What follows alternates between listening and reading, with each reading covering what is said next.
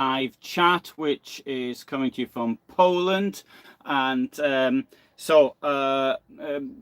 I think I'll start this off with filling in a few little bit of details. Obviously, it's a live chat, so you can ask questions if you want to. It doesn't have to be related to this, although I'll probably leave the questions until the end of what I'm going to actually say. I'm now in Poland, but last week I was in Lithuania, and to sort of fill you in on some of the details of what happened to me, I had a plan of going to Narva in Estonia, or driving all the way up there. So that's as far as you can get to the Petersburg, sorry, today. And anyway, I was on my bicycle cycling around near the border with Lithuania, and a dog bit me. The whole pack had a go at me, and one of them got in a lucky shot. And anyway, so I had to do a course of rabies treatment in Suwałki, northeastern Poland. And as a result of this put an end to my plan to go to Narva. Anyway, so between treatments, I could travel around a bit. But so this left me with 2 weeks, as it turned out, to go to Lithuania. Anyway, so on the fourth visit, the doctor said to me, "No, you can come back next week. You don't have to wait 2 weeks for this injection. It's not necessary." And because I hadn't shown any signs of having rabies, so I came back. So I was only had a week to travel around Lithuania. It was last week, and the weather was not good at all.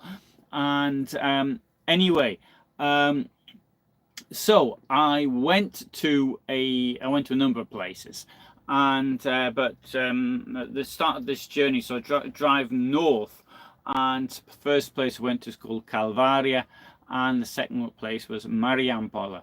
And sorry, I think I'm pronouncing these words correctly. I don't speak Lithuanian. And Marijampole, one of the things I went to do was to have a look at the place where the Holocaust actually happened there, the killings that took place there. And it's very well marked, it's very well signposted, and relatively easy to find. Now, Marijampole is a sort of a medium-sized town. I think it's the 10th largest town in Lithuania. Not that Lithuania is very big anyway, but it's in the south of the country.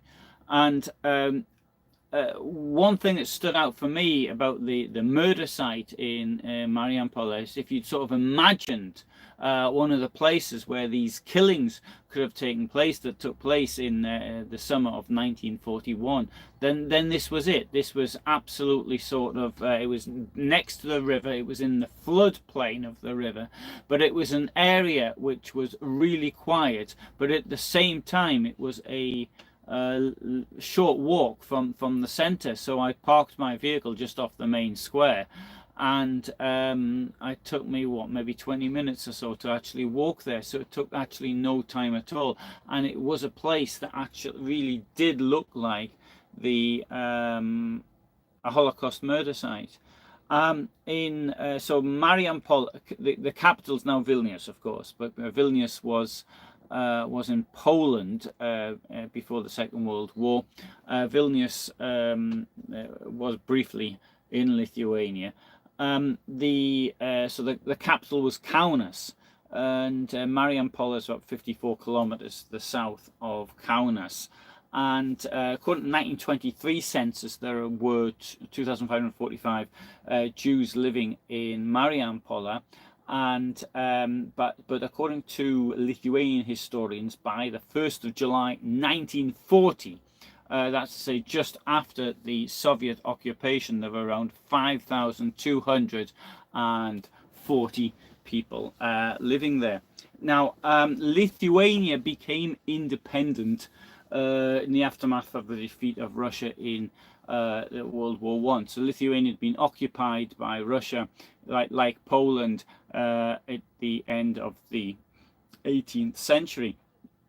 However, its independence was very fragile. Like many like most of the new states, with the exception of Czechoslovakia, it was a fascist state. There was a military coup in 1926, and so then there was a sort of one-party rule. And fortunately, like these countries didn't sort of they had claims against each other. So that Lithuania, for example, had claims against Poland. And it's occurred to me, and I have said this on various occasions, but had the four countries that were to become victims of Nazi aggression over the following 18 months, have sort of stood up to Hitler at the beginning of 1938, that is to say Austria, Czechoslovakia, Poland and Lithuania, if they'd stood up to Hitler, and their military was sufficient, in my opinion, to have beaten Nazi Germany's. But as it happened, it didn't work out that way, and so much so that it was the some parts of the Austrian army were then incorporated into the Wehrmacht, which we used to attack Czechoslovakia, with the Czechoslovakia arms were predominantly those which we used to attack Poland.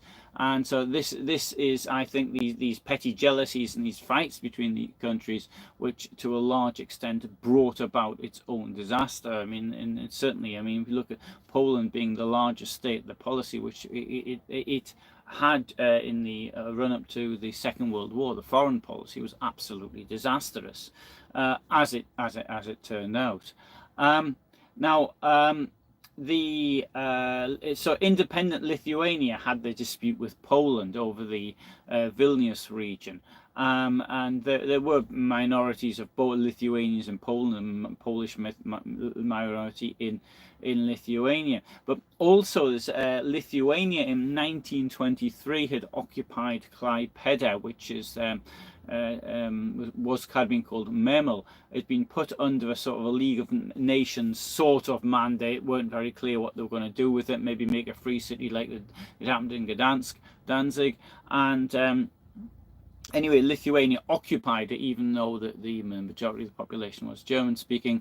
And in March 1939, it was retaken by Nazi Germany by a sea. It's not really an invasion, because the Lithuanians had agreed to pull out because they had no way of actually defending it.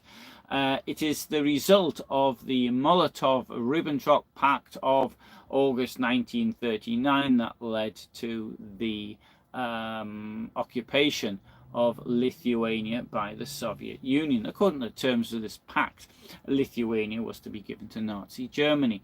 But towards the end of September 1939, Stalin decided, for whatever reasons best known to him, that maybe he could have Lithuania instead, and he offered Hitler the Polish territory between the Bug and the Vistula rivers, and so in exchange, which had been allotted to the Soviet Union, and so therefore this territory became part of general government.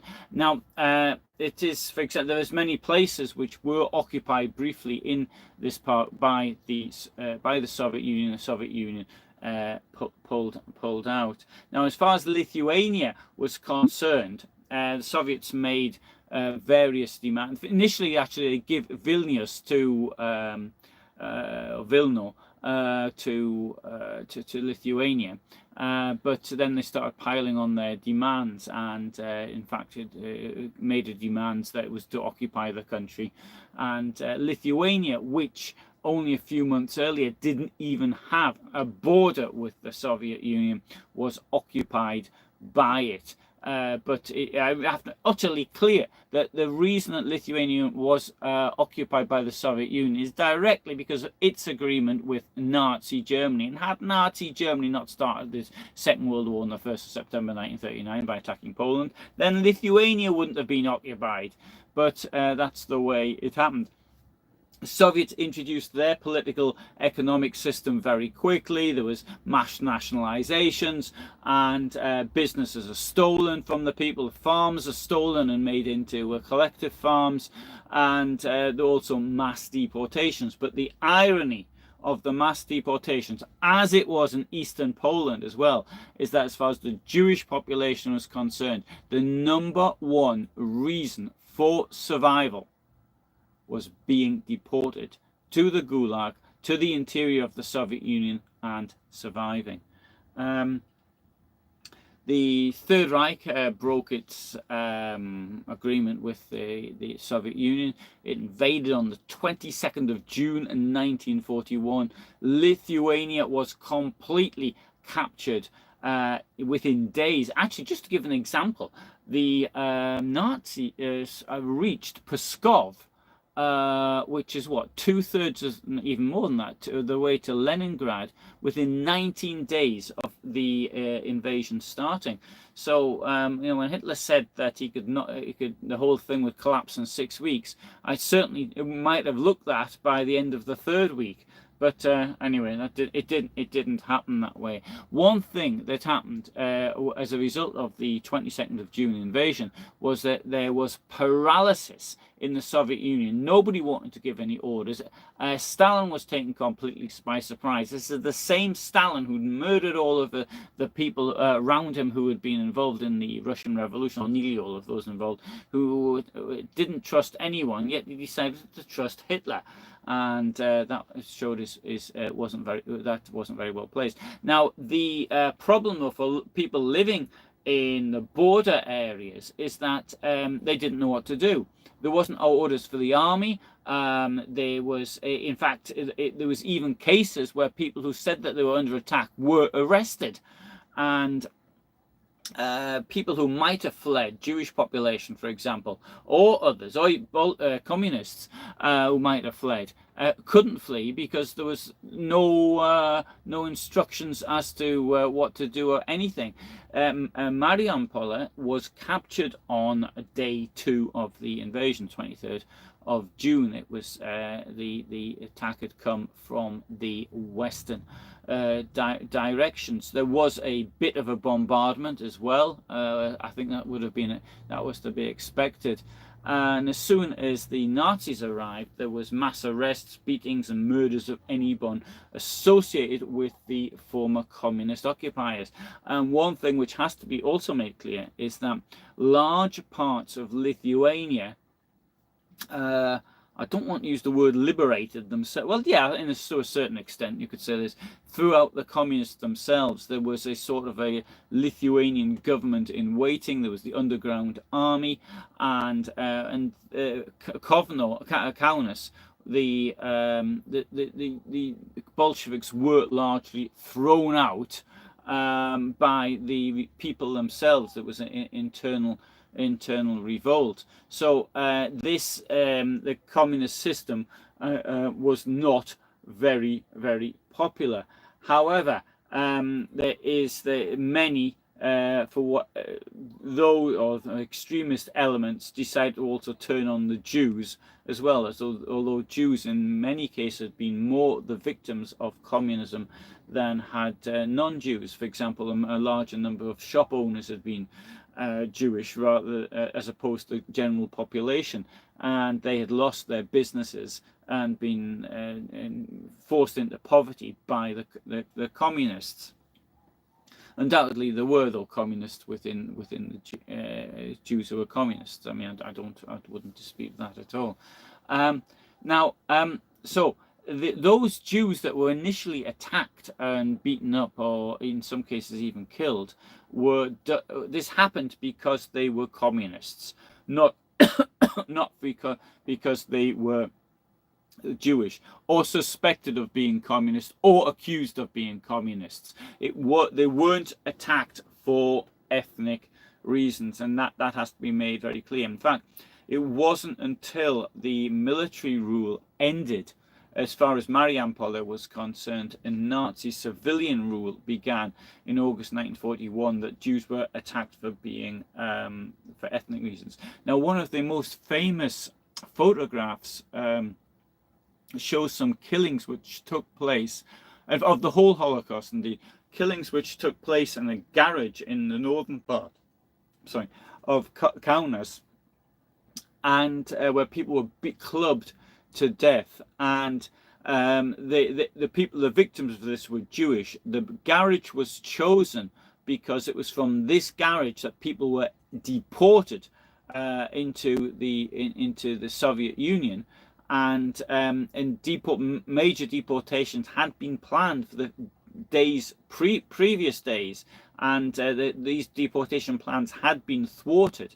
But I'm sure that the Soviets would have got round them had they not been attacked. But the plans of the Soviets for deportation were horrendous. I mean, in Estonia, for example, 2% of the entire population was deported to the Soviet Union.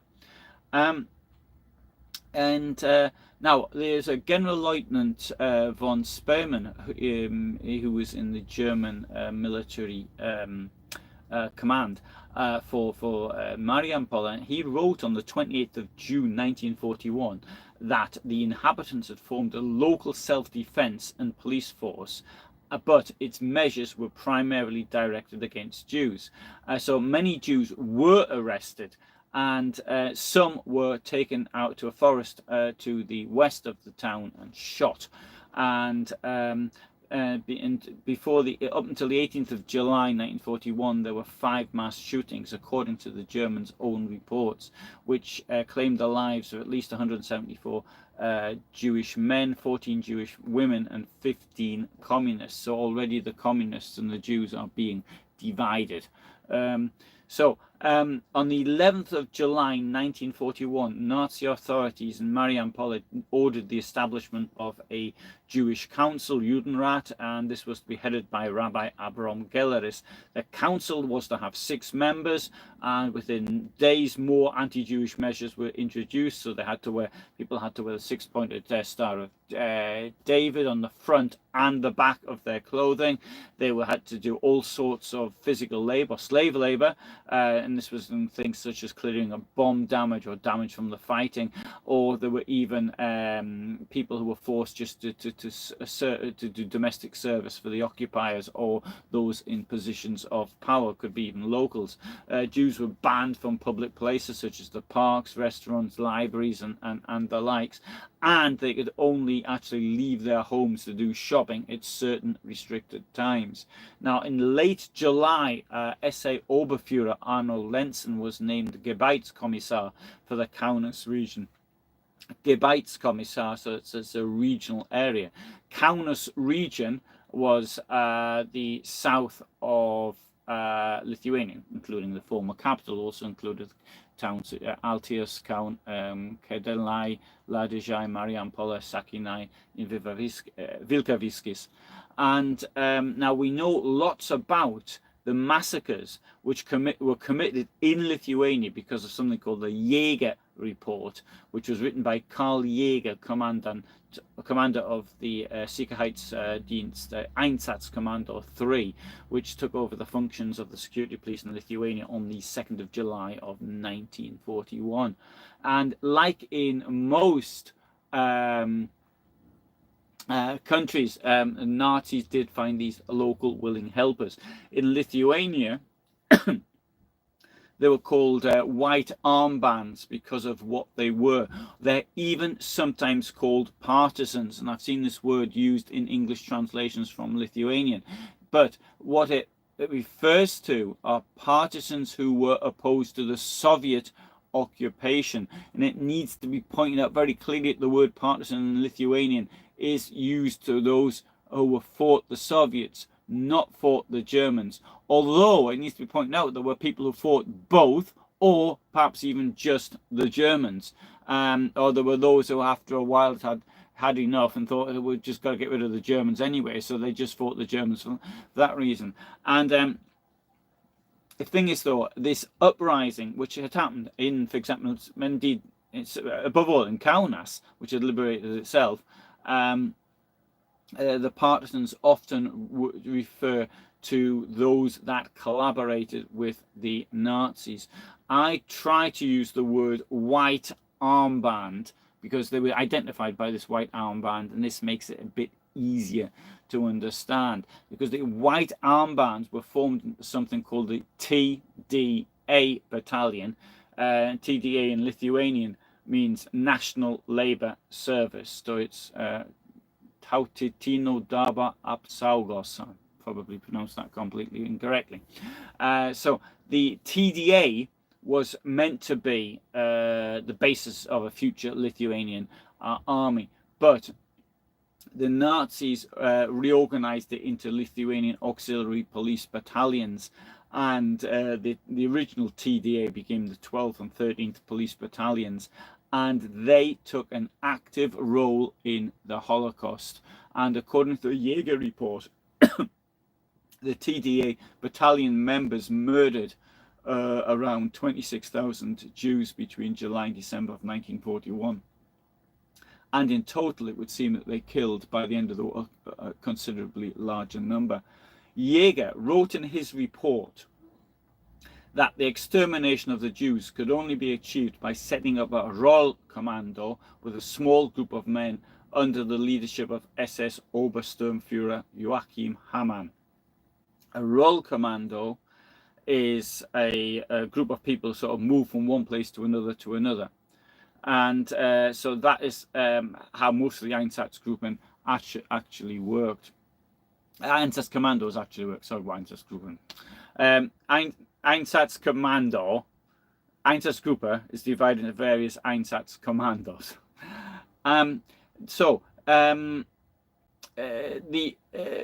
The Jews, though, were actually prepared in most places for the killings, by denying them their rights, the civil rights, isolating from the rest of the population, and the theft of their property. So they had to stay alive long enough so that the Nazis could identify what their property was using their assistance, and then they could be murdered.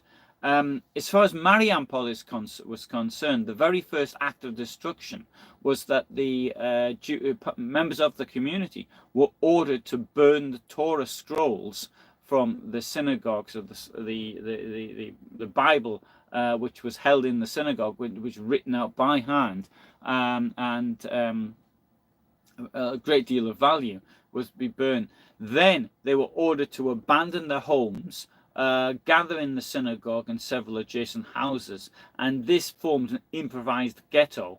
And then it was here that they were subject to robbery, slave labor.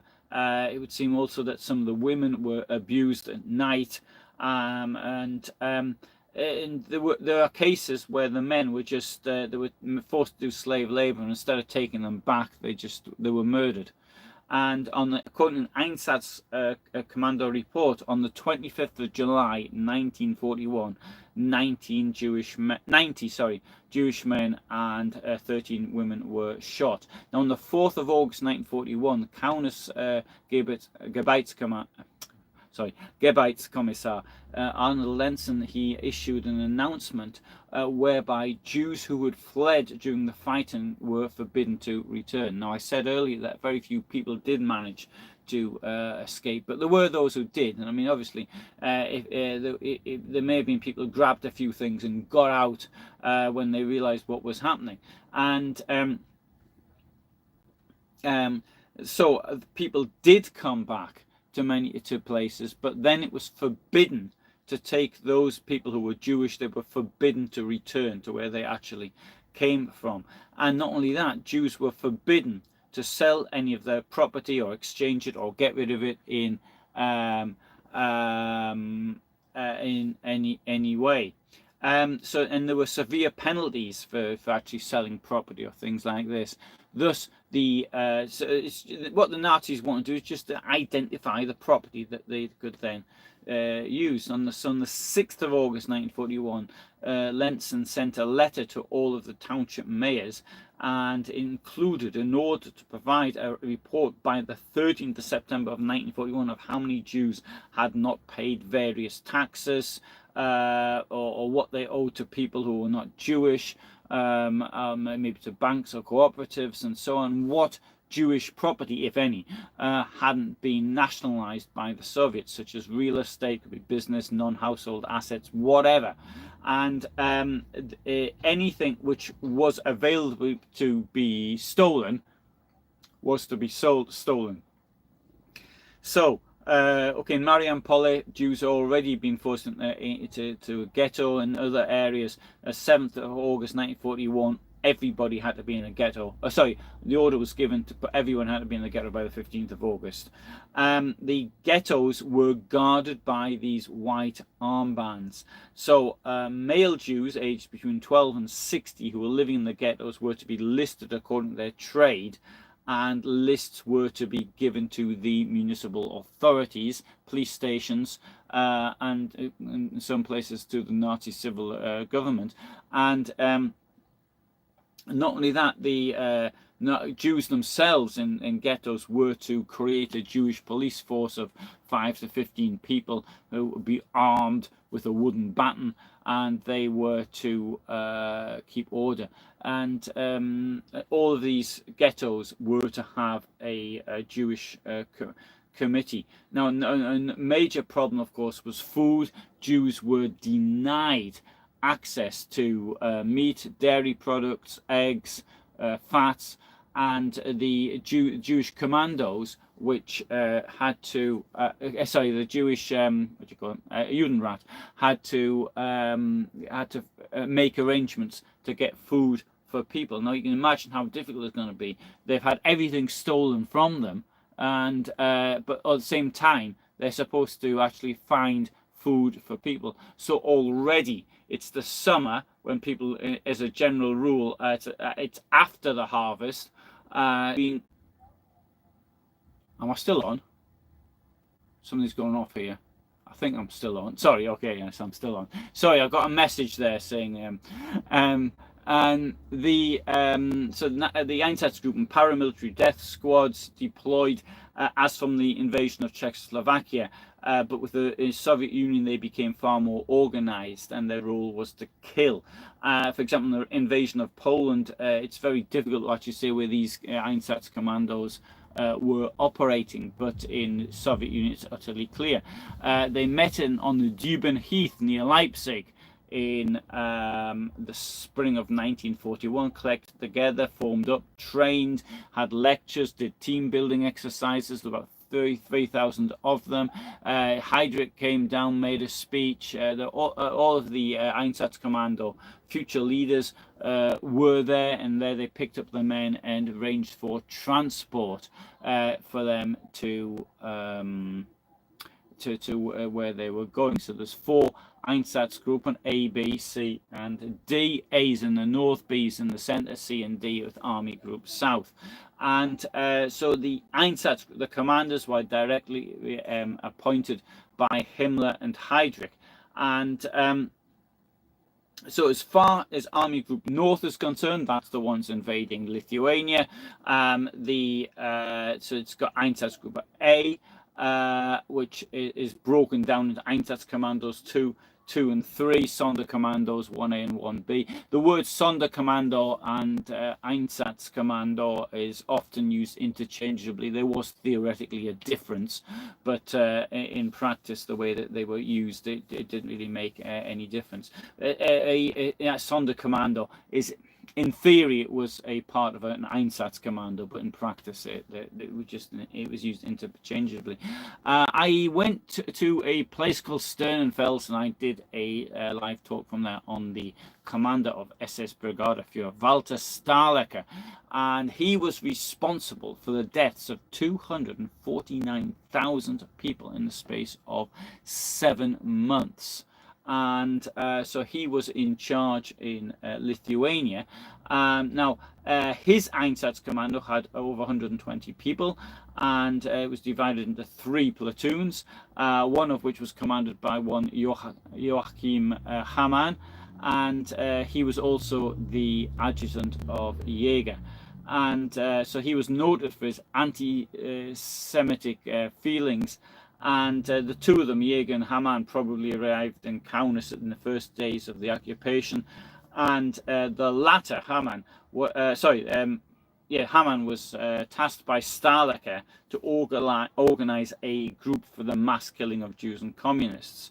And so the German police, security police and SDs, Sicherheitsdienst, were not enough to carry out these assignments. So what they did was they got locals to help out.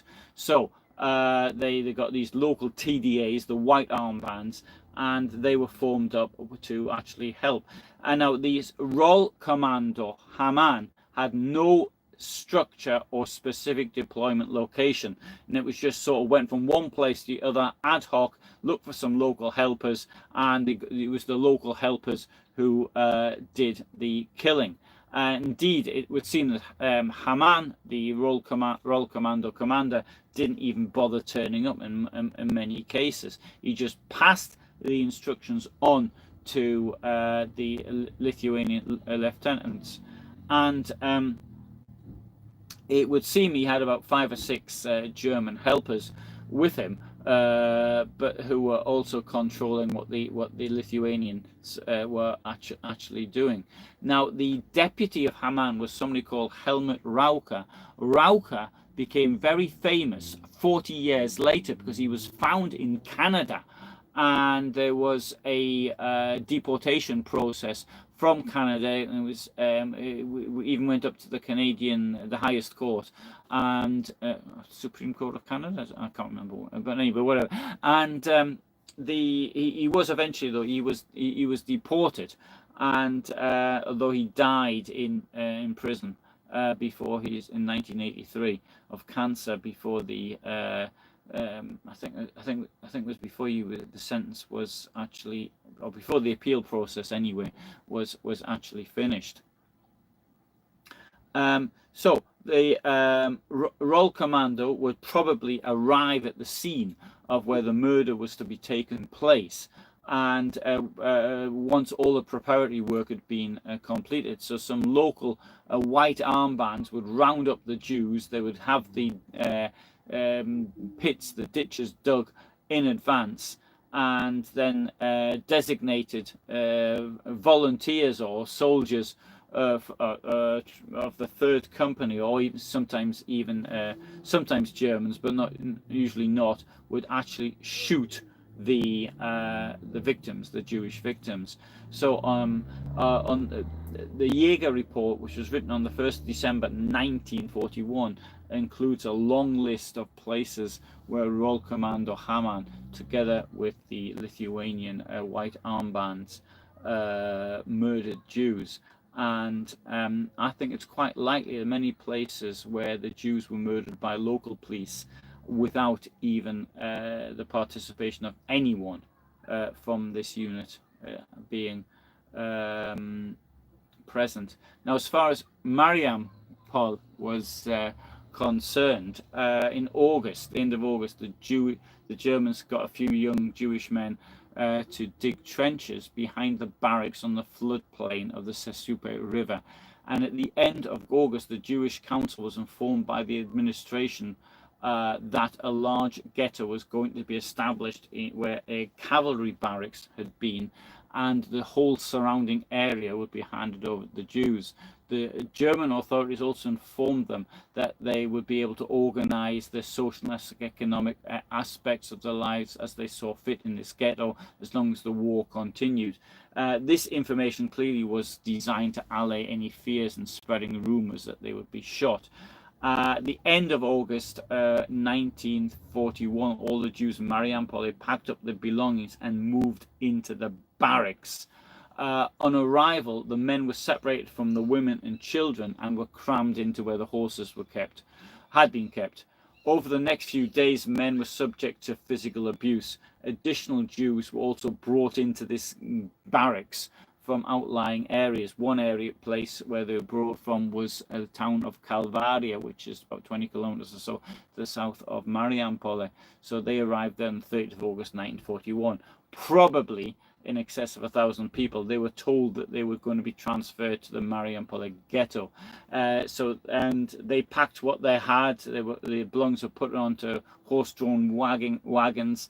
Having said, these horse-drawn wagons with their possessions didn't make it very far. They arrived at one of the 2 local synagogues, and the people, though, did arrive in the cavalry barracks in Mariampole, which now became really overcrowded. There were around 5,000 people in there.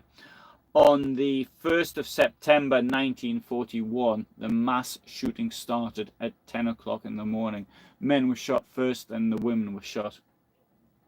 About 40 German officers and men organized the roundup at the barracks, while the shooting at the trenches was carried out by around 10 to 15 Germans with around 20 to 30 Lithuanian policemen. According to the report of SS Standartenführer Karl Jäger, in charge of Einsatzkommando 3, 1,763 Jewish men, 1,812 Jewish women, and 1,404 Jewish children were shot, together 109 mentally ill patients, a German citizen who was married to a Jew, and one Russian. The victims were stripped down to their underwear, forced to lie down in the trench in groups, and then shot with machine guns from the side. Many of them were only wounded. Obviously, this happened quite often, and so they ended up being buried alive. 3 men of Einsatzkommando 3 prevented an escape attempt by killing 38 people who attempted to flee down a forest path, and some of the infants were clubbed or trampled to death.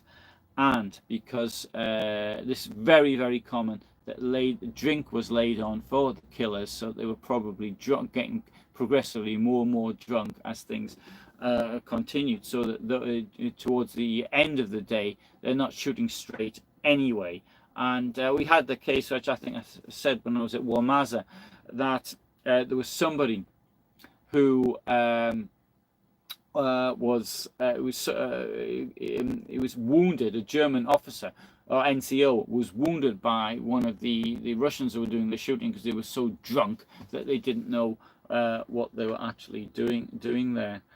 After the war, there's hardly anybody in Mariampole who actually came back. Very few survivors, and those that did survive were survived because of they were being deported into the interior of the Soviet Union. Anyway, right, so I've sort of given you an overview there. See, this killing here happened really, really quickly. I mean, it wasn't like, bear in mind that Poland has been occupied. Put the light on. I had to draw the curtain. I've got it in front of me. Oh, sorry, good, is it? I've done this. I'll do, I suppose. I drew the curtains at the front because I got people walking past. I didn't really want anybody sort of bothering me as they were walking, going in and out. Anyway, so in Poland, which had been occupied a year and a half, nearly 2 years earlier, and the killings there took place over a much longer amount of time. In the Soviet Union, or the territories occupied by the Soviet Union, which is a better way of putting it, the killings happened immediately, or almost immediately. So I'll have a look at some of the comments here. So Craig, hello. Mike, Daniel, hello. Marcelo's greetings from Brazil to everyone. Hello, David and Hans, and Dinkos has just joined. Sad topic, he said. And right, Ben, hello from Minnesota. And sorry, I'm sorry, going through this quickly here. Marcelo.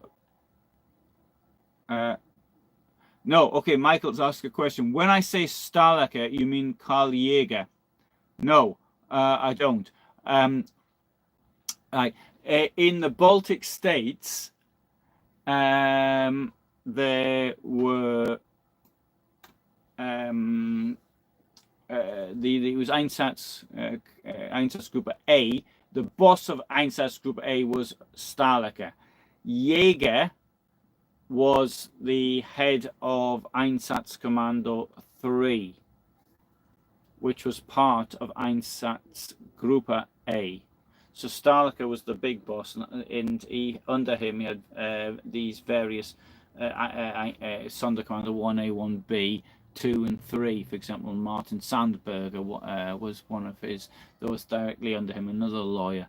But Karl Jäger was the head of Einsatzkommando 3, and his adjutant was Hamann, who was responsible for the Rollkommando Hamann.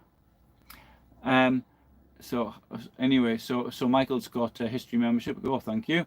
Pauli says thank you. Okay, from Fair Oaks, California, nice place. And thanks, John. Very appreciate very much that. And Cindy's in Hawaii, and Michael said, I think once or twice I misspoke and said Starlicker when Jaeger was meant. Oh, maybe I did. I don't know. I can do that often enough when I speak off the top of my head. And Michael makes the point that Jaeger was born in Switzerland and he committed suicide after he was found and arrested in 1959. Yes. Yes, he was from Switzerland. He left though at quite an early age, but he was Swiss, but his parents were German. And Jaeger, he hanged himself. Strange enough, though, he managed. He in West Germany, there wasn't anybody looking for him. Like in many of these characters, they managed to he managed to get away with it. I think though his name though was brought up several times in the Einsatz Gruppe trial, if memory serves me correctly. Good. Anyway, so well, thanks for watching. I'll do a documentary style video on this because I did. One of the things is today, because it's really quiet there. I mean, I used the avatar for this talk. I used the monument, which stands there. It's written in Lithuanian and in Yiddish. And you've got some new buildings around. I couldn't see any remains of the barracks, which were once there.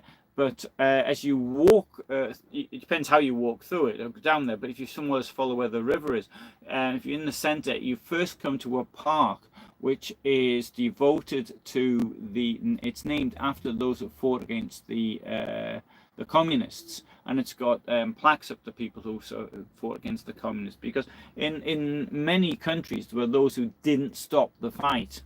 After 1945, so you had these groups operating in the forests largely in Lithuania, in other countries, Estonia, Latvia and Poland, who continued the fight in some cases, I mean, as late as the 1960s against the Soviet Union. Of course, I mean, the fight was pretty more futile and more difficult for people to actually be able to do anything against it. But and as you come down there, you've got it's like an escarpment, and you've got the river below you, and you walk. It's a very gentle drop down, and you come into what appears to me to be the floodplain of the river, and it's there that these killings took place, and it would have been quite well hidden as well. Although, I mean, how far the sound travelled when the shooting was taking place. I mean, one gunshot makes a lot of noise, and if they were using, as I think they were probably even using MP38 to actually do the shooting with. In this case, I think in most cases they probably used rifles, but I think they were using MP38s, and the sound would have been heard for a very long way around. Particularly, you've got a situation where it's not exactly a valley because it's flat on the other side, but the sound would have carried more, I think, because of the acoustics. It's not a big drop down; it's just sort of a gentle drop down to the place where the killings actually happened. But as I said at the beginning, it looked like a typical place for where killings, Holocaust killings, took place. Anyway, so thanks very much for being here today. I don't know if I'll do a live tomorrow or not. There's something which is currently in the news, which is the sort of thing that I might do a video on, but I won't say what it is. Although it's pretty obvious, I think, anybody who knows me. So thanks very much for being here today, and I don't know when I'll do the documentary style video. I mean, I've prepared stacks and stacks of stuff, but I'm now coming into the season when I have my normal job. A lot of stuff suddenly piles up, so the next 4 months or so. I'll have to do a lot for my normal jobs. I don't have the same type of chance to work. Anyway, so Paulie said, "Oh, thank you, and what you're doing is so important. Keep up the great work." So, well, thanks for being here. Thank you. Yeah, and I have actually this trip though around. I did quite a lot in the Lublin, northern Lublin area in June, and just a little bit now in 2 places in Lithuania. Well, sorry, 3. I was in Kalvaria, then I was in Marijampole, then I went to a place called Vilnius, and then I was at the border. With the Kaliningrad Oblast, so I saw the trains. I was trying to film trains going in. Sorry, I heard a train which I think might have been going into Russia. But anyway, and then somebody asked me not to film, so I said, okay, all right, I won't do it. I was asked politely though, and then I went to what's the place called? What's the name of the place now? Oh, I've forgotten the name of it now. But anyway, it was this really nice lake which made the border between Lithuania and Russia, and so I travelled down there, and then I came back for my rabies injection, which is now over. And I would add, actually, on the subject of rabies, is that it didn't hurt a bit. I mean, because rabies injections were noted for being very painful. Not a bit, nothing. It was just a normal thing. Okay, thank you very much. Anyway, thanks and all the best from me. So bye for now.